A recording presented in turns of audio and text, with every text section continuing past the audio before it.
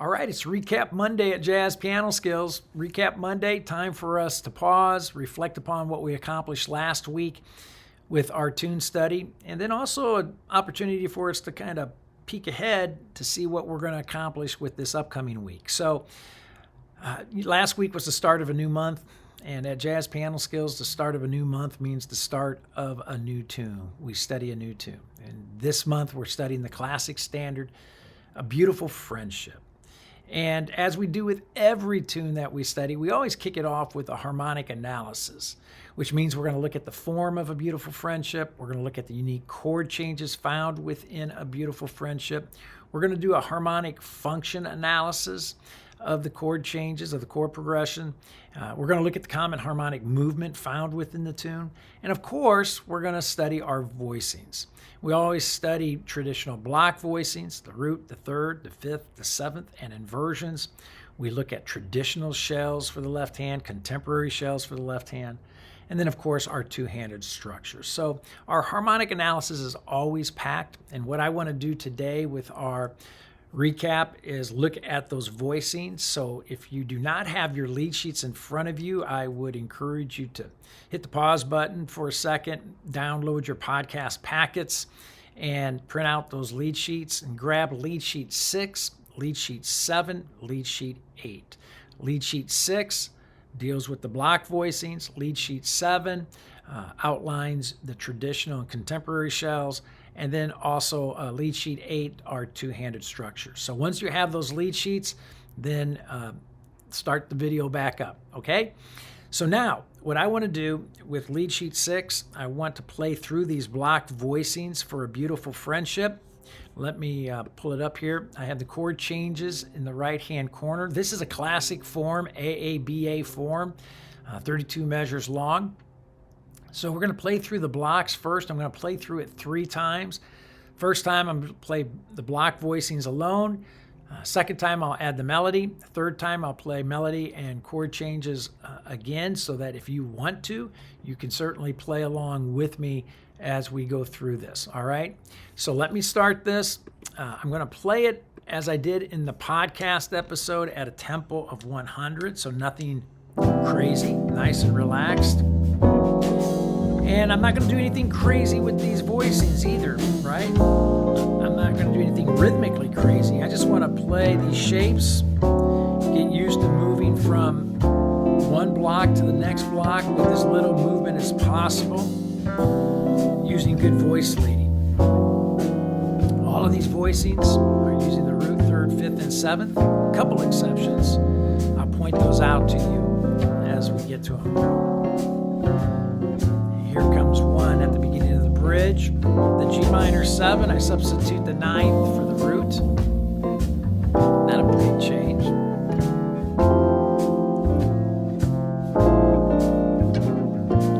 Second half of the bridge.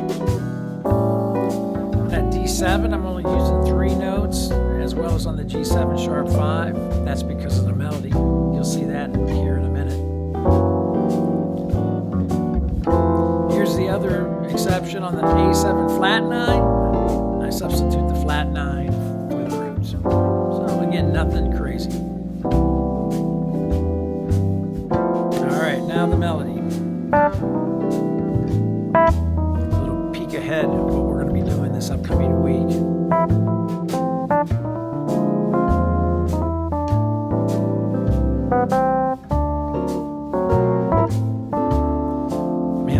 Got to get used to playing together in tight quarters.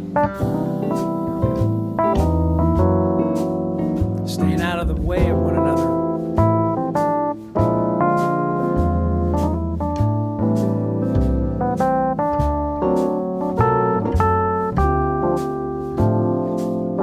Coming up on the bridge.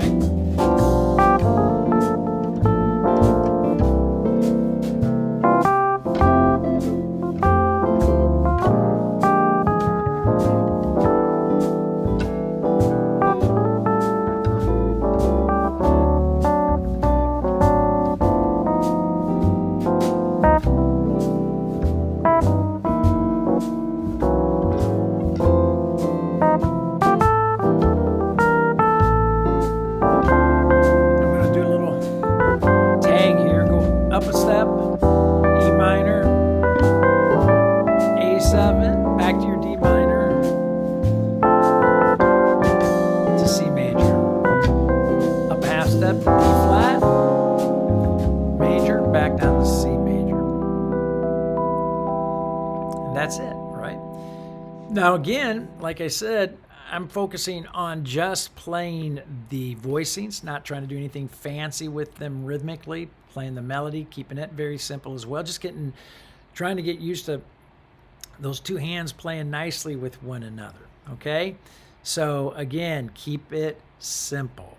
All right, so now we're going to do the exact same thing for our shell voicings. So grab lead sheet 7, and the shell voicings are 3-note shapes for the most part. You're going to see there's some 2-note shell voicings in there as well. I'll point those out to you as I play through them.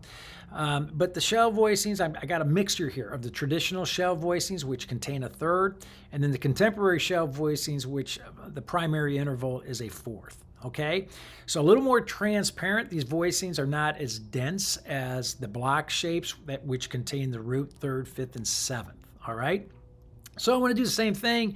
I want to play through the changes 3 times, same tempo, 110. First time through, I'm just going to play the voicings. The second time through, I am going to play the melody with the voicings. And then the third time, do the same, so that if you want to play along, you can. There's a traditional shell, another traditional shell, 2-note shell, contemporary shell. Same thing here, these are all 2-note shells. Making room for the melody, you'll see in a minute. And you can already tell, much more transparent than the density found in the traditional blocks.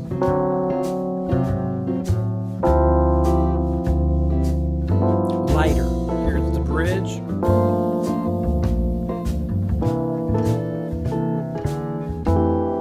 Classic shapes, classic piano, jazz piano shapes.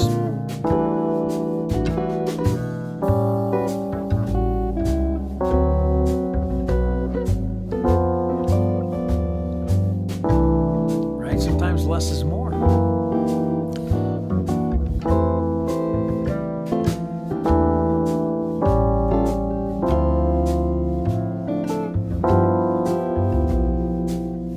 All right, so let's see what the melody sounds like with these voicings.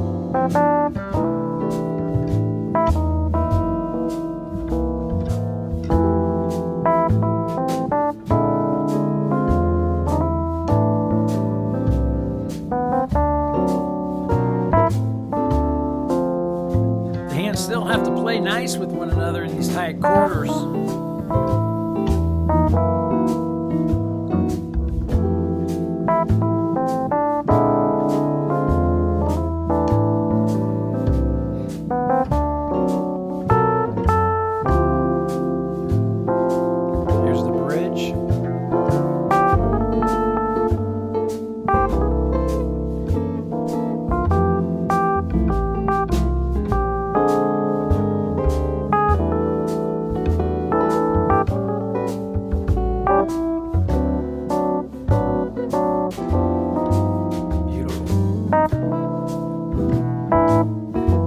Have a teacher who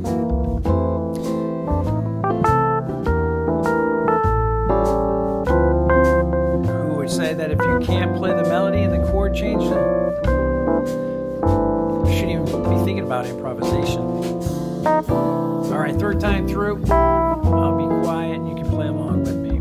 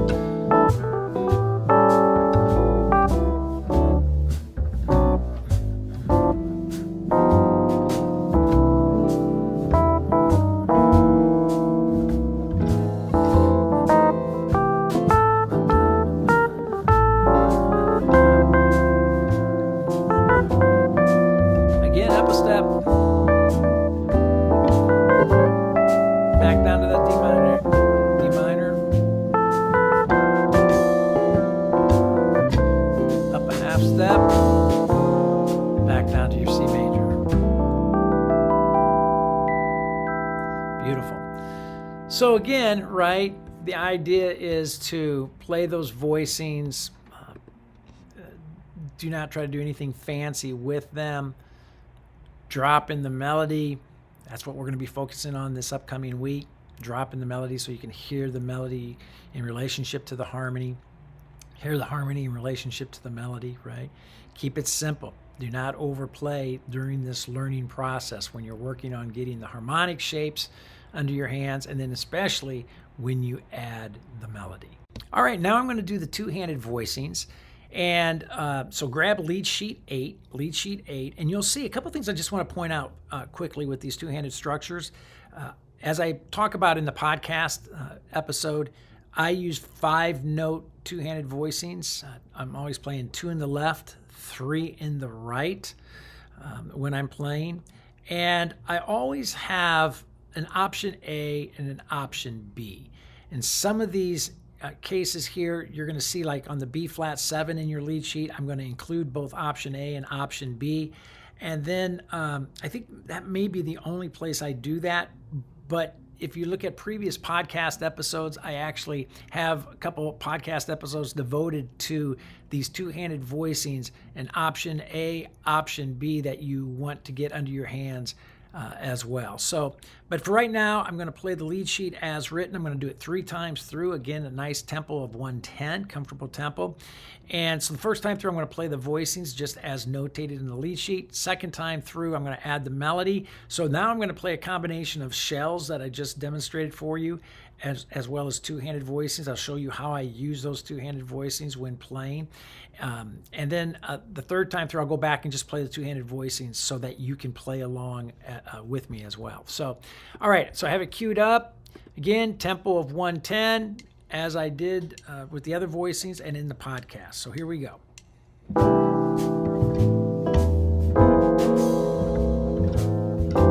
So here's my option A, option B for that B flat 7, going to that A minor. So I just demonstrated a way how you could practice those options if you wanted to, even though they're not outlined for every chord change here. Here it is again, option A, option B.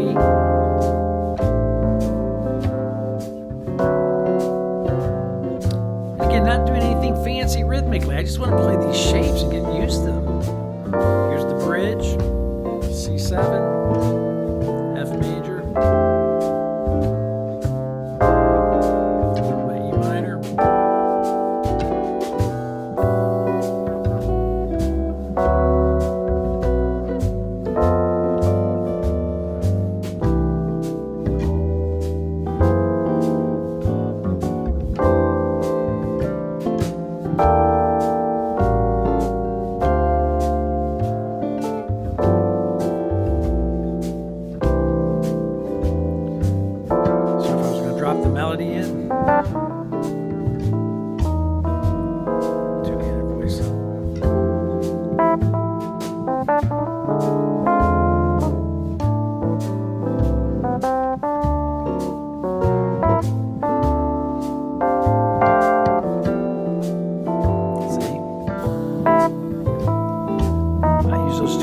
To fill in some space.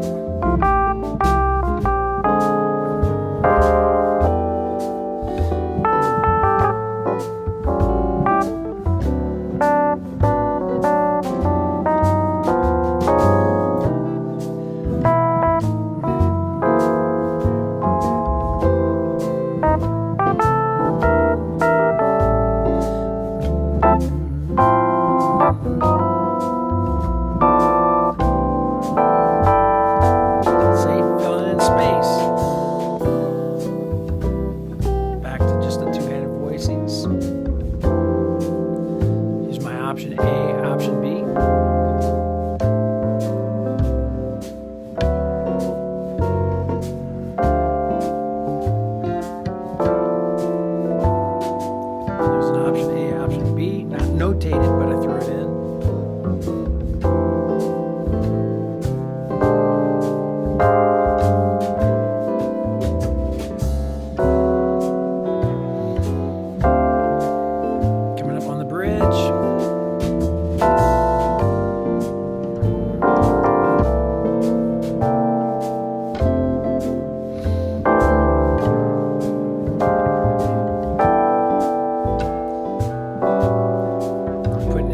options there, but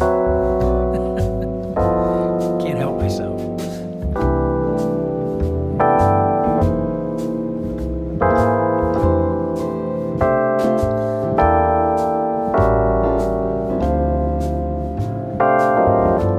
Up a whole step. Back down to the D minor. G7. C major. Up a half step.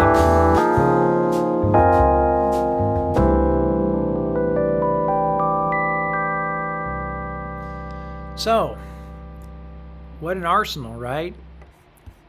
Between the block voicings, the traditional shells, left-hand shells, for traditional and contemporary left-hand shells, as well as those two-handed structures. You get those voicings in your arsenal, you're good to go. You're set, right? So, but no matter where you are in your jazz journey, if you're working on just the blocks right now, fantastic. If you're ready to add the shells, wonderful. If you got the blocks and the shells under control and you're ready to put the two-handed voicings together, fantastic, right? So our harmonic analysis always deals with these. The primary focus is on these voicings, of course, and I would just encourage you to be patient. Voicings take time to build up the muscle memory and the aural memory to be able to move them around at will. So be patient with yourself as you practice your harmonic analysis on a beautiful friendship, and get ready to do our melodic analysis, which will be kicked off tomorrow with the podcast episode that will be launched tomorrow and published. With our melodic analysis, as always, we will transcribe the melody by ear. We will then look at the fingerings, proper fingerings to play that melody to create a jazz articulation. And then, of course, we're going to apply that melodic line to various treatments of this tune, right? So that's going to be great fun. So I look forward to the podcast episode tomorrow. Wednesday, I'll release a quick tip YouTube video. Thursday, I'll see you in the masterclass Thursday evening. Friday will be a melodic challenge YouTube video, and then I'll wrap it up on Saturday with a blog release that kind of summarizes everything that we talked about and discussed and studied with the melodic analysis. So, wow, we're busy, right? In fact, it's time to get busy. It's time to discover, learn, and play.